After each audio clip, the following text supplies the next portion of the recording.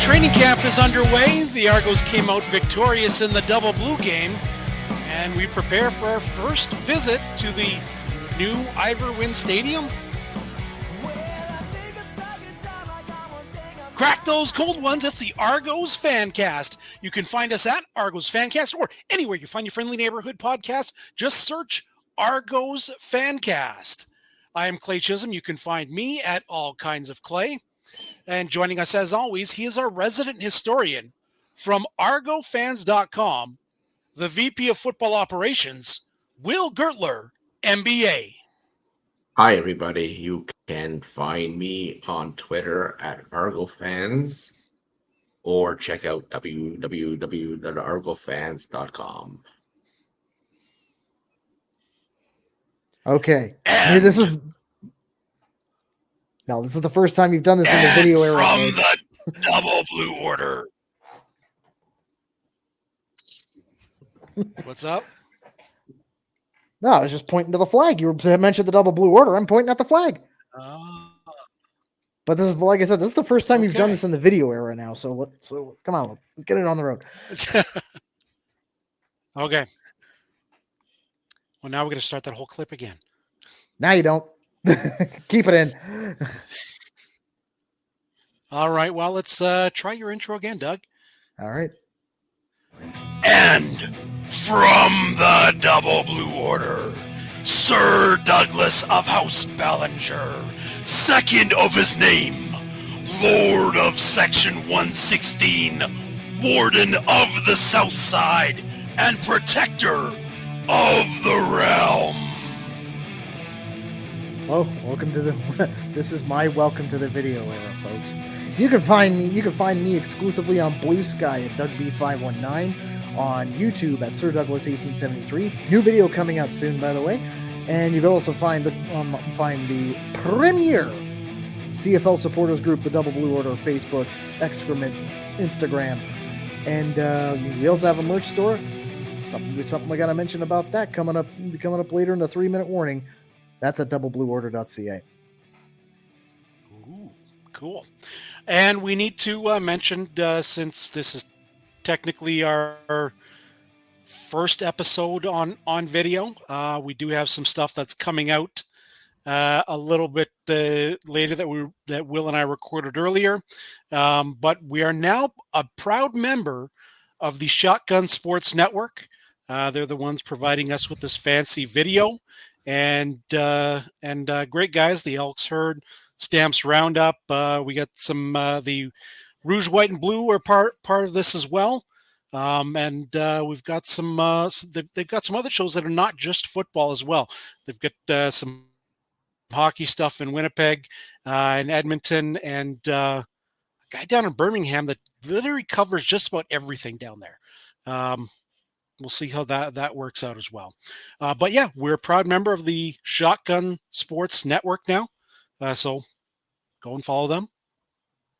We'll post their links here as well. So, well, Surprise. Gentlemen, we had, Surprise. This is what we look like. This may be our last video one, since, now you know what we look like. we all look like a bunch of imps. Well, I don't know about you guys. I got to keep going with the YouTube thing, so I know about YouTube. But yeah, we already know what you look like. You've been on there for a little bit now. Yeah. But yeah, this is us. Let's talk about the double blue game that happened, and the good from it. It went longer than 20 minutes. Yes, yeah, that is a massive good. I mean. For Doug and I, at least.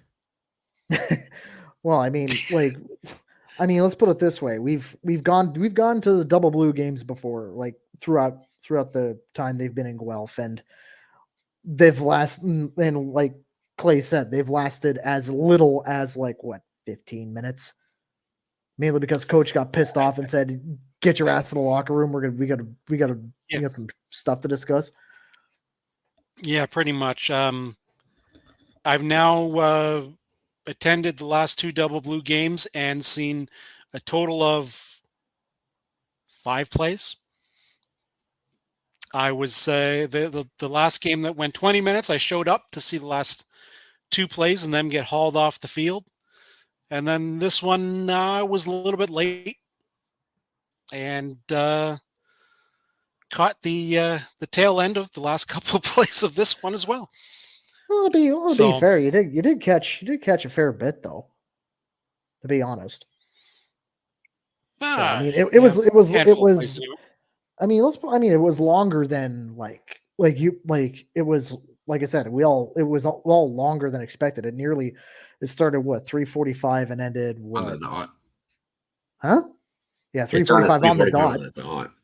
Yeah, which is also odd because we all thought the way Ryan Dinwiddie worked, that we was like when Hoagie said warm-ups were at 2:50, we all thought the game was going to start at 2:50 because that's the way he's operated in the past. So that's why we all caught there at 2:50, except for Clay. Well, yeah. Well, then again, Marco was there at 2:00. Well, he's just being absolutely safe, and he's being absolutely exactly. He's always got to be careful. I mean, but when you have Coach Dinwiddie, who's won the last 2 out of 3 Grey Cups, and the other season's been 16-2, you can do whatever you want. Yeah. Mm-hmm. Yeah, you can't really question his methods because they seem to work. So it works. I really only saw some couple interesting plays with Derek Sluka. We all kind of had an idea that he was a wide receiver coming into camp, and all of a sudden you see a number 82 playing cornerback. That was, everybody was kind of wondering what the hell what was going on there. But Hoagie did fill us in on that. After that Sluka was a safety coming up through college at Ithaca.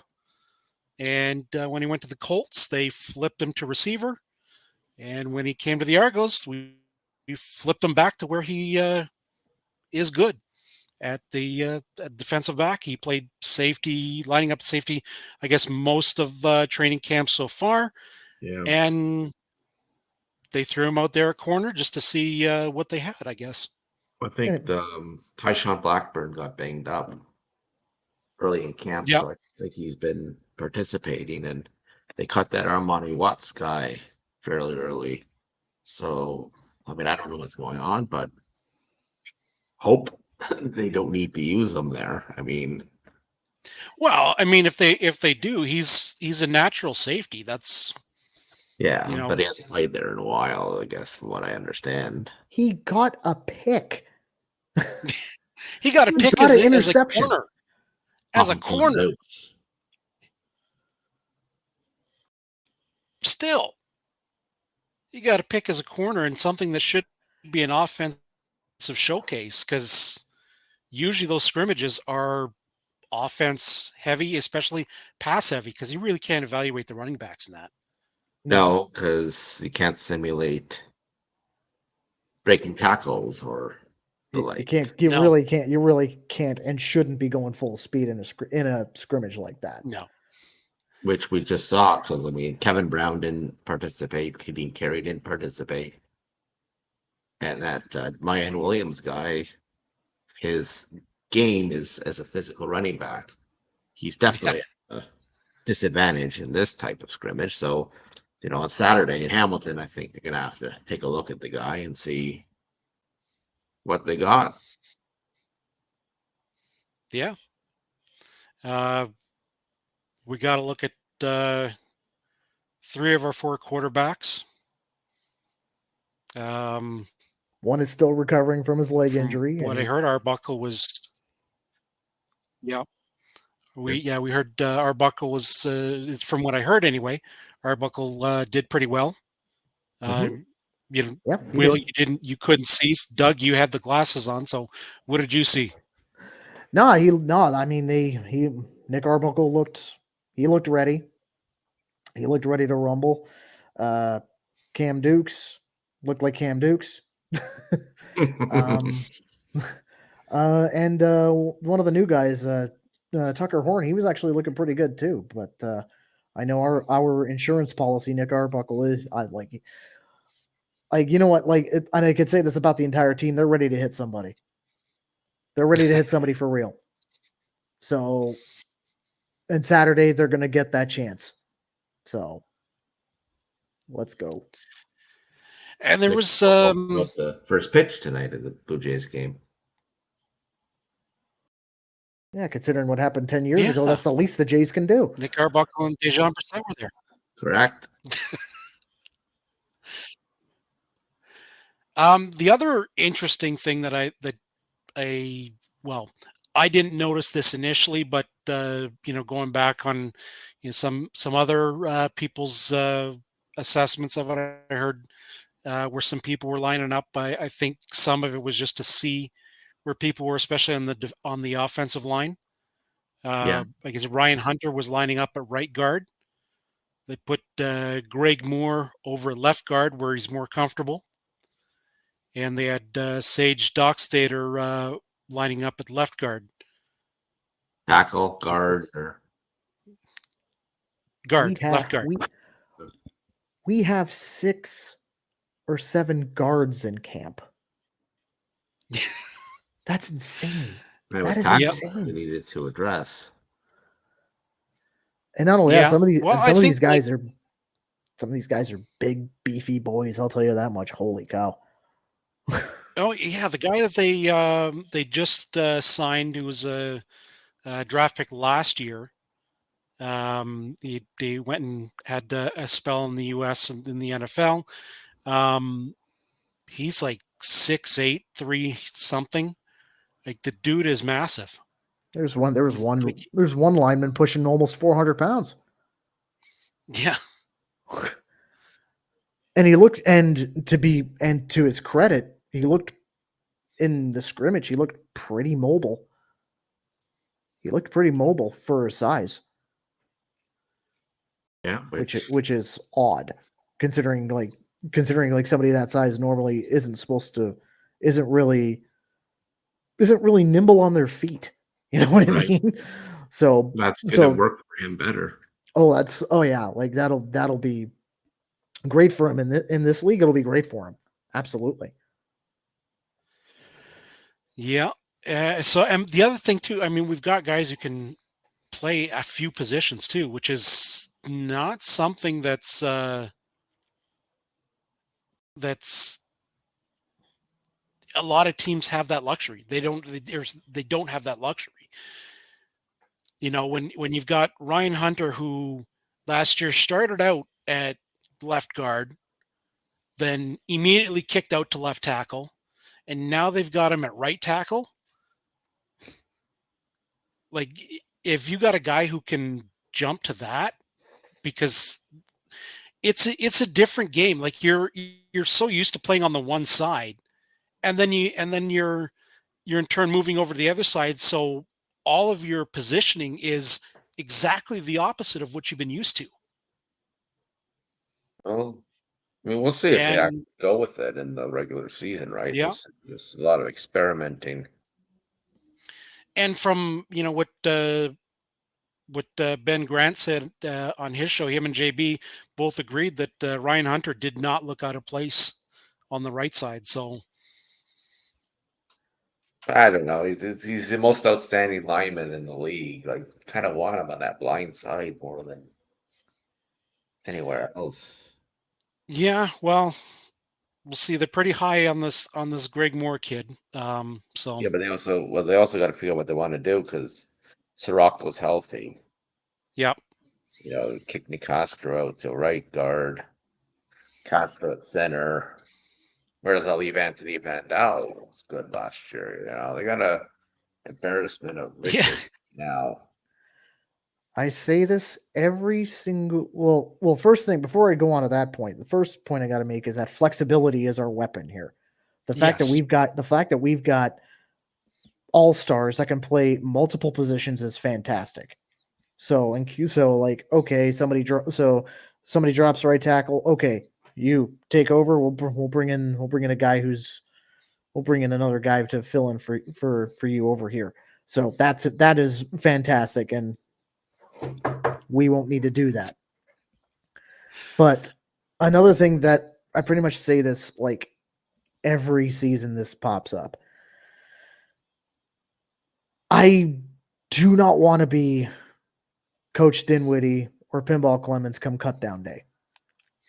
No. Because they're gonna have a lot of hard decisions to make. Because all the players that we seem to bring up here to camp, they all look amazing.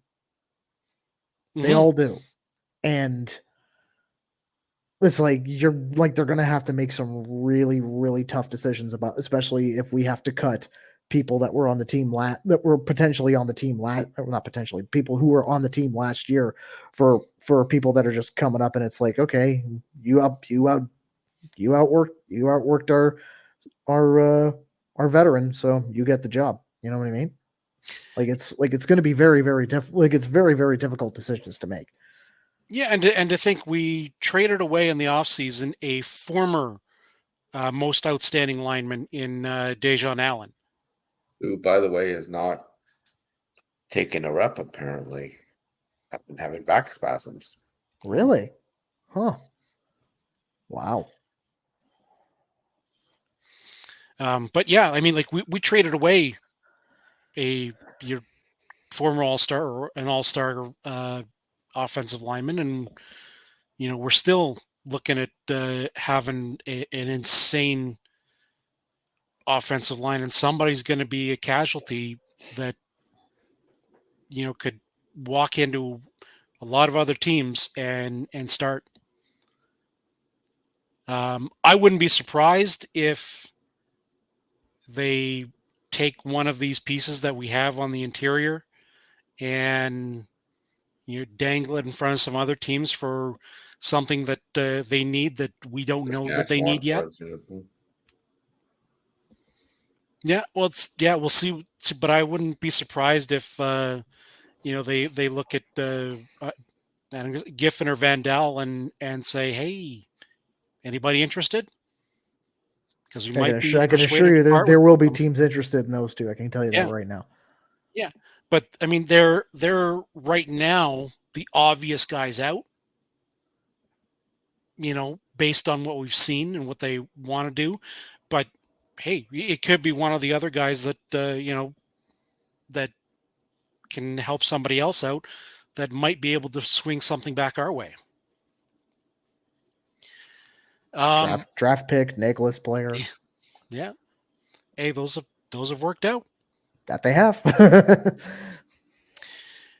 The other item that we have to look at, and we're not going to see much of in a scrimmage, is the defensive line. Yeah, sounds like It's Ben and JB were a bit worried about that on their podcast. Yeah, but at the same time, you got to, they did meant like you can't really simulate much of the defensive line play. No, because I mean you don't want to hurt the other, No, and that's something that almost needs to go full speed for you to make your decisions. Yeah, it's like you're not going to be able to simulate it doing two-hand touch. No, especially with what these guys, they're going to put two hands on a running back or and two hands suplex them. You're going to put two hands on them and suplex them is what they're going to do. Well, it could work. I don't know if it's legal, but the German suplex is illegal. So I still remember. I can't remember who it was, but I remember there was a play, and they were going along the sideline, and all of a sudden, guy just deadlift German suplexes him over his head. He just like bounces the back of his head off the turf. He just laid motionless for like good 30 seconds or so, and I'm like, and that's when that happened twice in one season. It's a suplex. Well, if you're Gordon Soley, yes. In Montreal, yes. No, in Florida Championship Wrestling, actually. Yeah, if you're Gordon Soley, it is a suplex, yeah. But anyway, point I'm making here is that particular type of tackle was banned like during the season. So you can't do it that way. Other ones, like say the belly to back. Yeah, those like belly to back, the belly to belly, most capture suplexes. Yeah, they're fine. When is somebody going to bring out the Northern Lights suplex? No, that will count as the overhead. I think that's the problem. They can't do the overhead stuff. Yeah, so the overhead belly to belly, Northern Lights. No, you can't really do those. Yeah. Damn. That would have been cool. Pull out a Northern Lights suplex on Blow Levi Mitchell. Aurora Borealis suplex. That's what I want to do. Why am I thinking? Why am I envisioning now Wyndham McManus going into Bull Levi Mitchell and just dragging him around and giving him an exploder for no suplex for no reason? You have to be careful. There's 25-yard penalties now or some. Yeah, we're going to talk about that in a little bit. They've got updated penalties. Yeah. But yeah, we'll talk about that in a bit. Anything else that you guys saw in the Double Blue game that is of note? Blurs. I think how much were you drinking before the game, Will? Honestly. Where we're just having donuts. Oh, well, you got diabetes then. Alcoholic. I think they like donut? this. That's an Edmonton thing. Alcoholic donuts is an Edmonton thing. No. Okay. Yeah, I didn't have any alcohol, but they like this Delonte Hood guy, I think. Yeah. Sorry. I've heard his name a few times. Well, there was also that one play that the Argos actually put on social media where the defender got it, tipped it, but then the receiver manages to snag it out, and it's like, oh, it's like, I know that got me going. I'm like, that was pretty hot. Not gonna lie. Yeah, that was Deveris Daniels and that's our boy Double D. Kenneth George Jr. That's our boy Double D. So, yep, doing Double D things. Mm-hmm. Maybe not the best choice of words. I'm sorry, Devaris. Yeah. So I mean, all in all, it was what was expected. It was a little bit longer than we really anticipated based on Dinwiddie's history. So they must have been relatively happy with him. Wynton McManus had his little boy out there running around. Yes. And Sobek was in camp as a guest coach. Yeah. And Darius Bowman as well. Yep.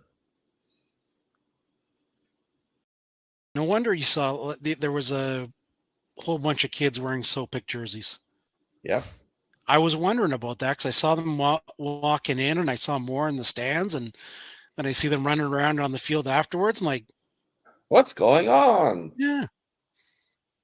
So I mean, I knew he retired, but I didn't know he was coming in as a guest coach.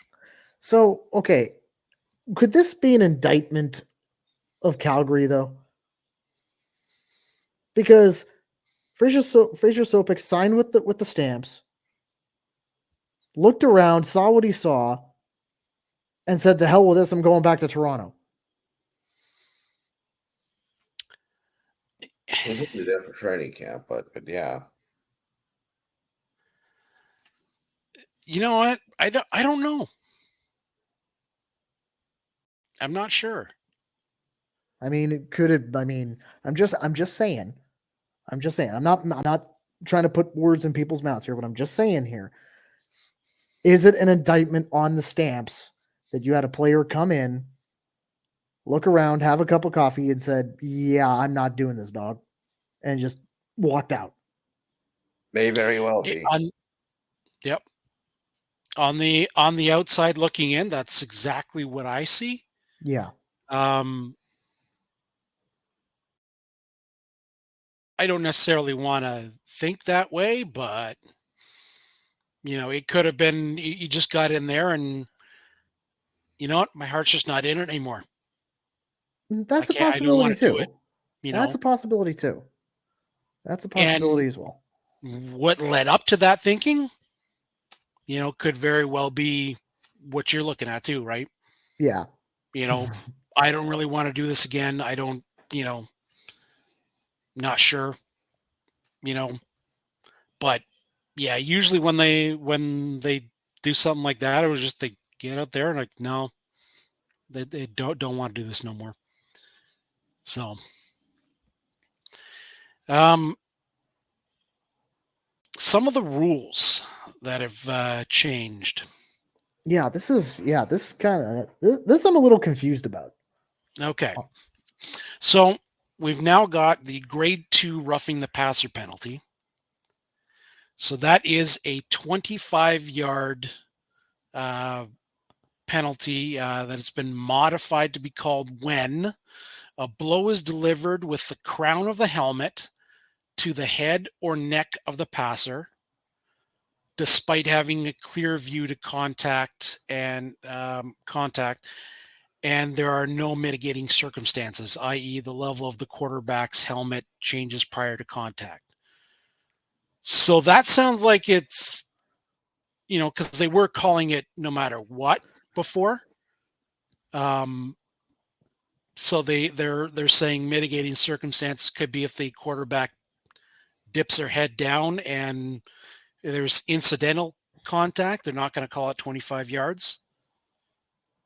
The other item here is a blow is delivered to the knee or below of the passer despite having a clear view to contact, and there are no mitigating circumstances, i.e. contact with another player alters what would otherwise be legal contact. So you can't pancake a guy while he's trying to tackle the quarterback. There's going to be no controversy over this at all. No. And guarantee you we'll get this called about 3 or 4 times a game. Yep. And there's the obvious one: a blow is egregiously late. So 3 steps basically. What does egregiously mean? Define egregiously. I would be required to look up the actual definition of that, and that feels like schoolwork. But based on my knowledge of the word, I have great words. It's something that's going to be obvious, right? Obviously late. Obviously. But egregiously, I guess, combines a few other technical things. But yeah, something that's obviously late. We'll be talking about this a lot. Yeah, I have a feeling we're going to see some of these, guy was just, 3 steps and bumped them, and then you're going to have a dive from a Hamilton quarterback, and they're going to blow that as a 25-yarder. This is a 25-yard penalty. Yep. Per down. Automatic ejections. Rough play rule will now include all low block penalties on kicking plays and any punching action, open or closed hand, to the head area. So you take a swing at someone, it's a red card. Gotcha. Yep. And that's if you go for the knees on a kicker, that's hit the showers, Junior. Okay, gotcha. Yeah, I have a feeling this low block one, there's a chance it could be called, on some offensive linemen, because that low block is, that's always a submarine block penalized. Yep. And then you see there's the odd time you see a guy will just dive at a player's knees, in the open field. That you don't see that as much anymore. I'm not going to simulate diving. No. Please do. It'll make for great entertainment. Then we've got low hits on vulnerable receivers. Yes. A penalty has been created to deter low hits on receivers who are not in a position to adequately protect themselves. A 15-yard penalty and an automatic first down will be called when a blow is delivered at or below the knees of a receiver who is in the act of catching a pass while in a vulnerable position. Should the receiver jump, they will lose low hit protection. I'm glad that's in there. See, that was the direction I was going. My mind was going. It's like, okay, Buddy jumps in the air. He ends up getting hip checked and cartwheeled. I'm glad they put that little clause in there. So Yep. That's interesting. They've also tweaked the ineligible receivers. So once an eligible receiver touches a pass, all players on both teams become eligible to catch the pass. So any tips from an eligible receiver? An offensive lineman can grab and run over a unsuspecting Tiger Cat DB. It's like, hang on. I give it to our 400-pound boy. Hang on, I got this. Chugga, pow! Just completely obliterate some poor, unsuspecting 190-pound defensive back. Yeah, but I think that one's one of those things that they needed to tweak anyway. Now that we see some of these super lateral plays where there's 75 laterals to try and get down it'll just make it a lot more simpler. But you might see a few hook and ladder plays. Go rugby. Dolphins, Chargers. Offside pass. An offside pass is defined as a ball directed in any manner other than being kicked towards the opponent's deadline. The team making the offside pass is not permitted to advance the ball or retain possession beyond the originating point of the pass. The following plays will no longer be considered offside passes. If a defending player prevents the ball from going out of bounds, knocks it down, or bats it back into the playing area in an offside direction. Batting a loose ball in any direction following a fumble, block kick, wild snap, or lateral pass or kicked ball.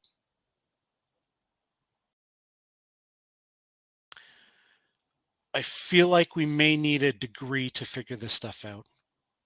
Someone get Ben Grant on the horn. He'd know. Yeah. I think you're the smart one, Will. Let's go ahead. Let's hear it. I lost my attention span ended about 2 minutes ago.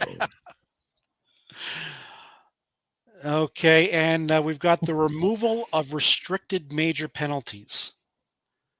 The restriction when applying the maximum distance on all major penalties, misconducts, and rough play disqualifications will be removed. I don't know what that means. Well, that basically, the half the distance to the goal line? Yes. That's gone. The total distance of the penalty yardage will be applied to a maximum of the 1 yard line. That's what I've been employing for years. If you get a penalty, whatever, it shouldn't be half the distance of the goal. If there's a 50-yard penalty, put it on the 1. Yep. They really want to increase scoring, don't they? Yep. And that's Clearly exactly what they're going to do. Yeah. These all have been approved by the Board of Governors, right? Yes. Okay. I'm assuming there were probably some other things proposed but turned down. No, but that's always. Yep. So there's our rule tweaks. Huh. So potentially maybe we'll see a 42-39 game this season somewhere along the line. Yeah. Do we need that for the scoregami or? That I don't know. Note to self. Take the over in all CFL games going forward. even if the over is around 90 points. Yeah, we could see some records set. Should be interesting. I always like to see how these new rule changes are going to play out, uh, because you never know how somebody's going to exploit them going forward. Montreal. Oh, Yeah. all coaches have one that they figure out and works in their favor. But yeah, that stupid kick thing They is won't still legal. like it's They like the won't. CFL's tush push. Exactly. They won't. They're not going to ban it. Base. Just get good. That's all I Yeah. would say. If you're dumb enough to fall for it, then just get good, scrub. Yeah. That's it. Well, what else we got going on in the league? Oh, we got some things happening, and teams are unveiling their theme games and all that stuff. The BC Lions unveiled their season opener concert. Snoop Dogg. Snoop Dogg, yes. Oh, he'll be right at home in BC in Which, more ways than one. How Yeah, much weed did Doman have? Well, how much weed will Doman have to supply? I think All of it. you know what? I think he's going to have a team of bud tenders that are directly for Snoop Dogg and his entourage. Hey, it's legal. That's a job now. Yeah. So well, growing the economy. Yep. But no pun intended. Interestingly enough, Snoop Dogg's rider hasn't changed in a lot of years. There's nothing about marijuana on his rider. Well, probably in the States, that's not so. Yeah, because it's federally illegal down there still. Yeah. And then like it's state to state as well. So Oh, yeah, that's right. you still can't cross a border with it, but you can. But I mean, you could purchase it in like Michigan or Nevada or whatever. Yeah. I mean, I know whenever I drove down to the States, that's like the first thing I see when I cross the Michigan border is pot shops everywhere. Which is interesting because it's not as bad as like up here in Kitchener Waterloo, but it's bad. no, but it's just interesting that right over the border. But yeah, I mean, it's not like we have to go down there to get it. No, I'm sure Windsor does not have a shortage of cannabis shops. Oh no, that's for people. No, that is directly for people from Ohio. Because 90% of the pot shops are right on on the border. 90% of the pot shops are right on the border with Ohio, so that's Ohioans cross. That makes sense. It's the same when you cross from Utah into Nevada. There's like brothels and casinos at the border. Oh, Utah, there can't be any more polar opposite states. Yeah, I know. Than Utah and Nevada. I know, right? Well, yeah, I mean, remember, there's brothels aren't technically legal in Vegas proper. No. You gotta go to not in Clark County. No, not in Clark County. Legal brothel, but yeah, like the border. Yeah, well, it's Utah, Same with Arizona. There, they got was it Laughlin or? Yeah, they rolled back a lot of things in Arizona. Yeah. Um, have you ever done a drive? I mean, I've done the drive from I-15 to LA to Las Vegas before. It's pretty busy. People going up from LA to. But that's something I've only made it to Vegas once, so yeah, I can't say that I've done that drive. So the Ohio thing, it's the pot shops are just at the Ohio-Michigan border, right? It's not. Yeah. Okay. Yeah. Haven't legalized pot in Ohio yet, eh? No, they're still backwards. True. In more ways than one, they're still backwards.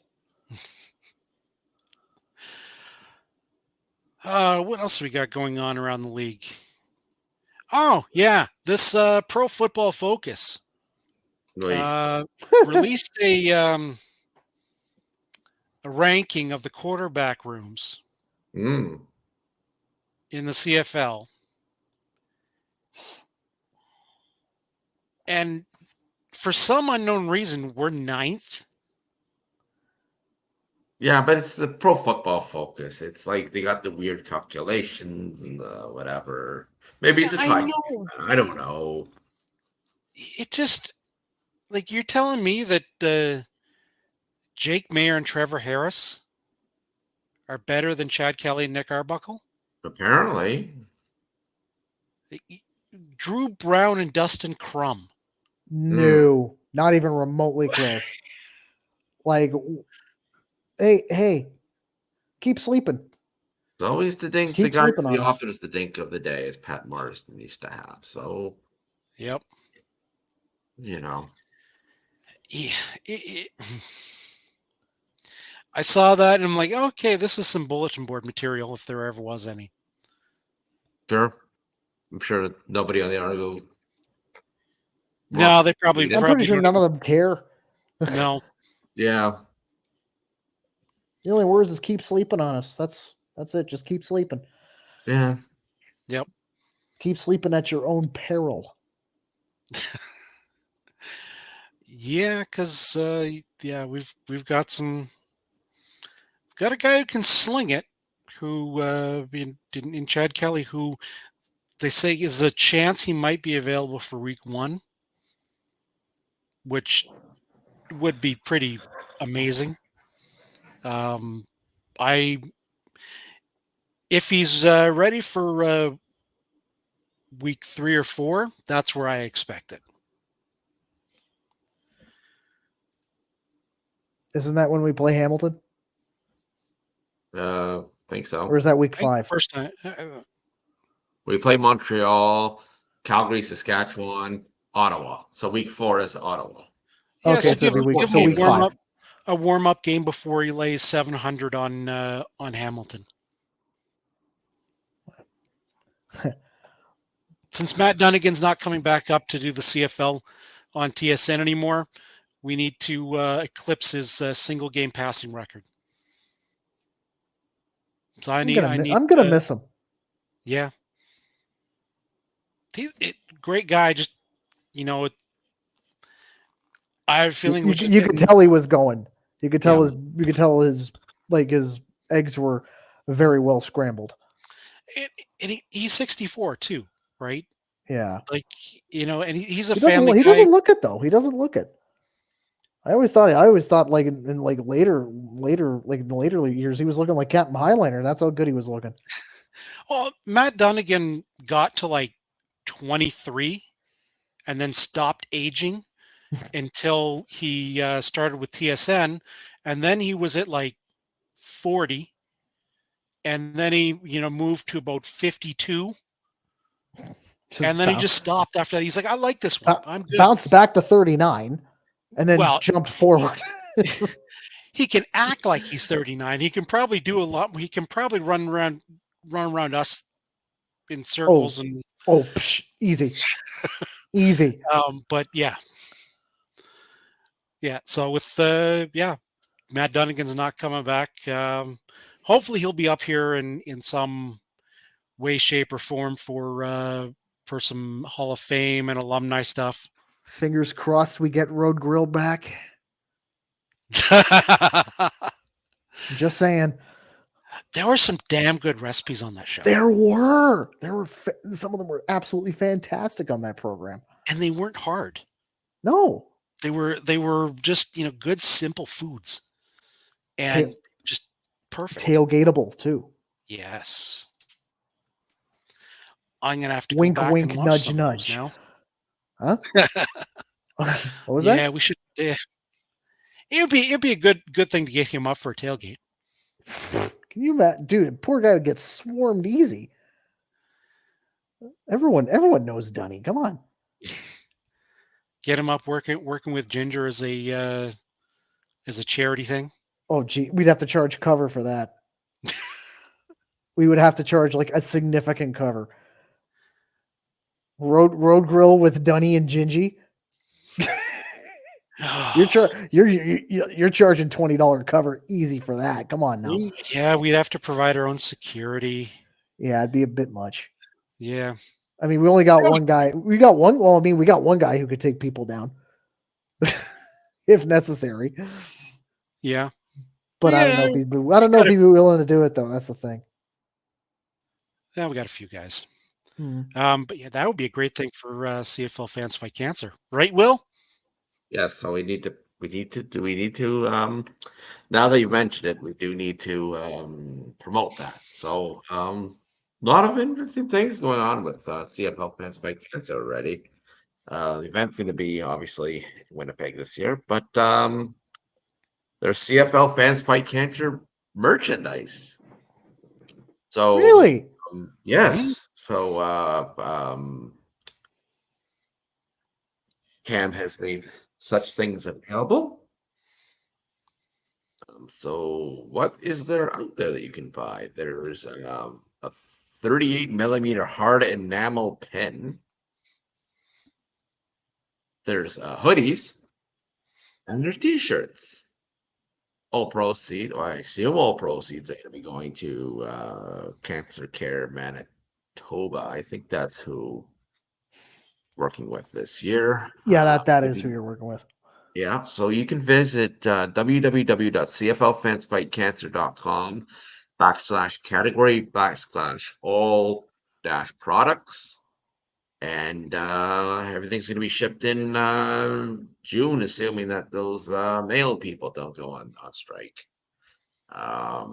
Also, CFL Fans Fight Cancer wise, there's the CFL Fans Fight Cancer Fantasy League. So you compete against fellow fantasy people, and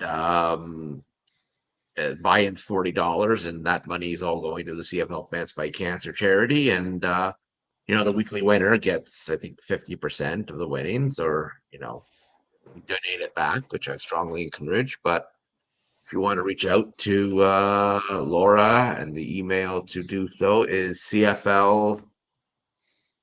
I can read that. ffcfantasy@gmail.com. If you email that address, you can Or look down, right around here on the bottom of the screen. We'll put it down there for you. you can do that. I can do that.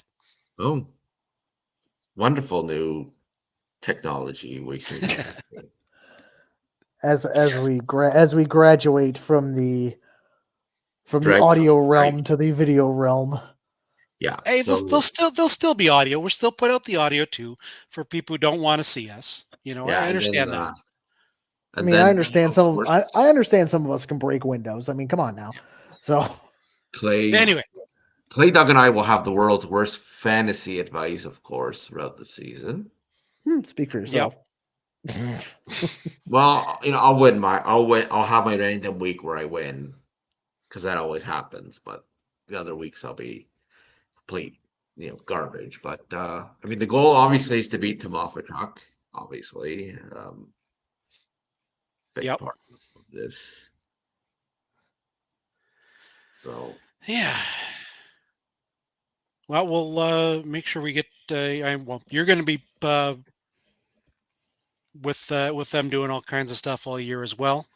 no, Are you going to do one of those? Are you going to do a thing to raise money for them yourself this year? who are you asking? You. Did I do something last year? The I don't know if you did it last year or not. Did you yeah, didn't you Wear enemy colors? I yeah. wore them, but that was a couple seasons ago. Okay. Yeah, I thought no, you I did had that last year. no, it was 23. I wore the Tycat jersey. Oh, okay. Well, I don't know. I mean, it kind of was weird because, aside from the fact it's wearing a Tycat jersey, I don't think people quite even though I had that sign explaining why I was doing this. Yeah. I think a lot of people just couldn't. Like, I didn't get any snide comments directly at me, but I just don't think people quite understand. They didn't get it. Yeah. Well, yeah. We should have promoted it more. Yeah, But oh well. but Yeah, there'll be some I don't fence, know. and we all know that when Ginger does his tailgate, he always has the collection bin there. The swear jar, yeah. And Yep. I guess Dallas, Connor, and Rick will be doing their walk for BMO to Labor Day at whatever they call it, stadium. Yep. Like it's Hamilton Hamilton Stadium for Stadium right now. now. Yeah, I want to call it New Ivor Win. fair enough.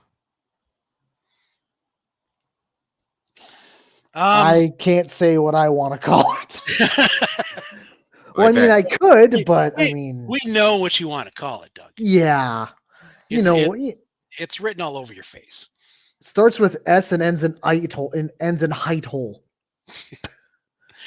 Will, you did mention the CFL's greatest fantasy advice. They've released the preseason futures. So I think we should go through those, and then we'll tee up Doug for the 3-minute warning. So, first question, which team will win the Eastern Final? Obviously, it's the Toronto Argonauts. What do they think? Well, I don't know yet because I haven't answered all the questions and seen where everything stands. I'm just looking at the questions right here. There's no odds on any of these as well. So, which team will win the Western Final? I don't remember which team I picked. I haven't done these yet, to be quite honest. Well, Then if again, I have to make a just new let me account log because they in won't allow me here to change my email. quickly. I can let people know. Oh, it's open. So let's see. Preseason futures, right? Yeah. Edmonton Elks. Sure. Winning the West Final? Why not? By fluke. Jake Serezin's gonna get a pick six. Sure. Will a quarterback throw for 5,000 or more passing yards during the regular season? I said no. I say yes. Fine. I'm gonna do this live. Hang on a second. I'm gonna bring this up. Oh, you're gonna do it now too? Okay. So is this on Game Zone? Yes. It is. Okay. Okay, because let's see. Here we go. Oh, they changed all the logos and everything. Looks Neato. cuter. Okay, so preseason futures. What can I? Yeah, I've read that. Okay, so which team will win the East Final? We all know. Yep. Which team will win the West Final? And the Argos practice roster cannot cross over. I checked on that. Okay. See, that's a tough one. I don't think Calgary's going anywhere. I don't know if Edmonton's gotten good enough. I really don't want to pick Winnipeg because I hate them. Why? I don't think Saskatchewan's going anywhere. But I mean, like the the three most plausible ones: BC, Edmonton, and Winnipeg. That would be my. Fuck it, BC. Okay. And then next one, will a quarterback throw for 5,000 or more yards? I'm saying yes. I think so. Will says no. You say yes. I'm thinking yeah. Okay. Which player will win the most outstanding player in 2025? Other. Yeah. Brady Oliveira, Justin McInnes, Below Levi Mitchell, Roland Milligan Jr., Nathan Rourke, or other? I am firmly in the camp of other. I think it's going to be other as well because they've already given Brady the redemption. So, I also think other ended the season so well last year that other I think is on pace to have a really good year.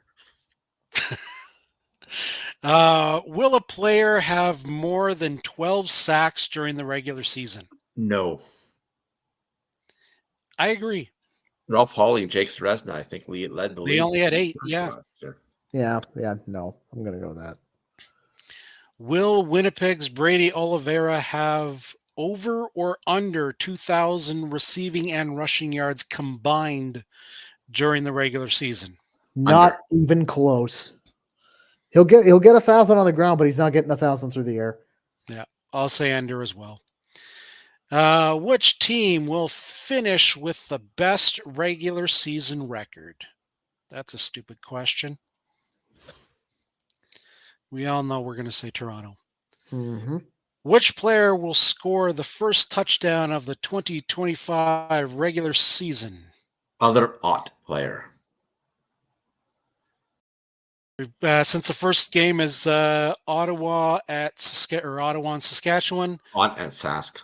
Yep, we've got Samuel Emelis, Tommy Stevens, Justin Hardy, Eugene Lewis, or other Ott player or other Sask player. Other Ott player. It'll be AJ. Other Sask player. Yep, Yeah, other Sask player. player. Okay, question 9. Will a kicker make a field goal longer than 60 yards? No. No. I read an article earlier today that said Sergio Castillo has that leg. I don't think he does. Maybe if he's got a good stiff tailwind, but no, Yep. Otherwise, no, he's not good. Which team will win the 112th Grey Cup? Another obvious question. That's a stupid question, too. Right there. Right there. Toronto Argonauts. And All right, picks are in. Picks are in. Picks are in. All right, gentlemen, you have 3 minutes, and you better make it good. 3 minutes and we're out of here. We got 3 minutes and we're out. Is this thing on? Yeah. Are you hearing it? What? Doug, that's you. Oh, okay. I didn't even hear that. Oh, okay. Well, I didn't even hear that. Doug, that's you. I can Oh. play sounds for other people to hear, but apparently not for us. But apparently for me, I'm deaf as a post. Okay, well, I mentioned right off the top that I got something new in the merch store. I made it up just the other day. And this isn't just for Argonaut fans. This is for fans across the league. All it says is I called it what we think of Bomber fans, and it just says Run DMC logo style FCK WPG. And it's available in not just Argo Blue, but it's available in Rider Green. It's available in Elk Green as well, Tycat Yellow. It's available in all variety of team colors. So if you really hate the Bombers that much, go ahead, buy the shirt and wear it at Princess Auto Stadium while you're getting a brand new 12mm socket. or some hydraulic fluid. Or whatever the hell else you need. That's whatever the hell else you need from Princess Auto, which for me it's usually like a 10mm socket or rope or whatever. But yeah, so there's that. Okay, and we got to get the greatest quote to come out of this podcast on a shirt, and it's a very universal shirt. I'm working on that. Yeah, we got to get that out there. I am working on that. So the don't fuck with the long snapper shirt, right? Yeah, absolutely. Yeah, I wrote that down somewhere saying that it's got to be made. I just got to figure out how the hell I'm going to make it. What else? So as you all know, unfortunately, Leafs lost in 7. But of course, and everyone's dunking on them. I even decided to dunk on them on the Argos subreddit by posting on there saying throwback to a time when a team from Toronto showed up when it mattered, and I just put the 111th Grey Cup. Because I know the Raptors sub, they posted the replay of the final game that they of their championship against Golden State. So I'm pretty sure that all the different subs decided, you know what, screw it, we're all going to clown on the Leafs, because it's like, yeah, because that's the end thing to do, unfortunately. But that's what happens when you get blowed out by friggin' Florida, you dumbasses. I just go die in a hole already. What else? Trying to think what else was there. Let's go. I don't know. I think our friend Anton's been a little bit busy lately. I thought I saw a couple of things from him recently, but I don't know. Did you guys discuss anything from him or lately or no? No, but there is. You're right. There is some stuff from. So found one here. So well, our friend Corey likes Nickelback a little bit too much. Upon finding out, so Corey, our friend, writes, upon finding out new information, I don't know what that was. Arkel's music is my favorite Canadian band. Of course it is. Second all time behind only Supertramp.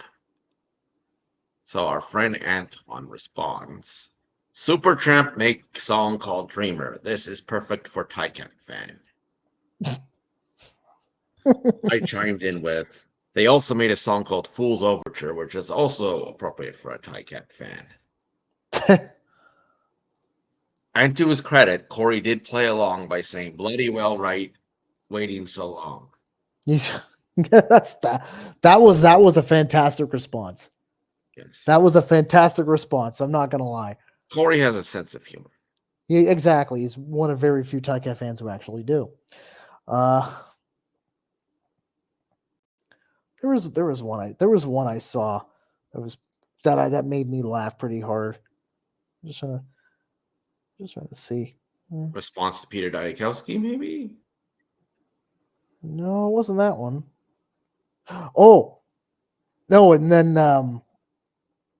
no, it was a response to an Argo video when a couple of geese hit the field at Alumni Stadium, and our old boy Hags out there saying, being brave as hell and standing within sight line of the geese.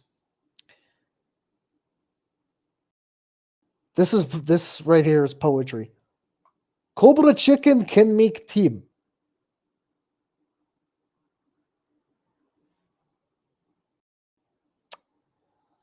If we had Cobra chickens on our team, no one would ever screw with us.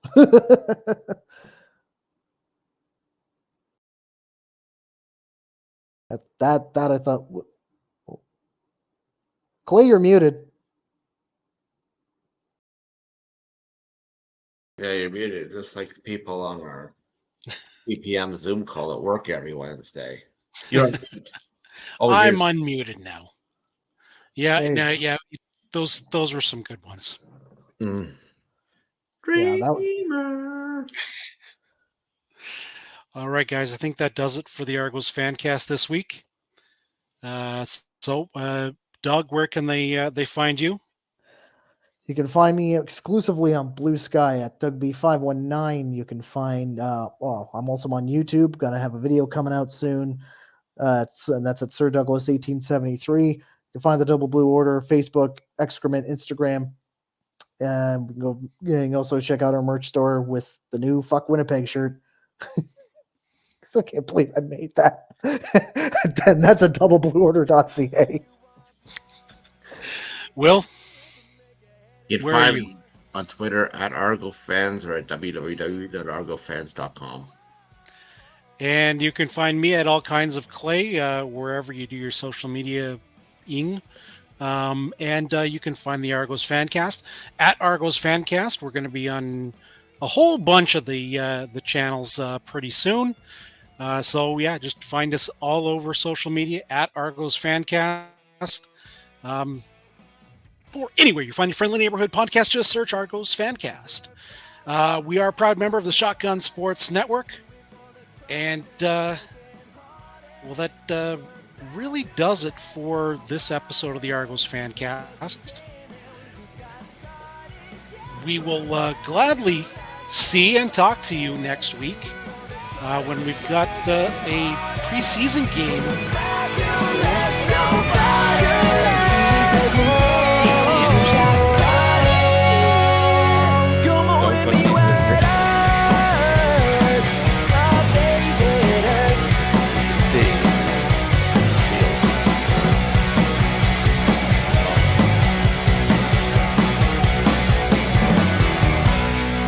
Cheers, everyone.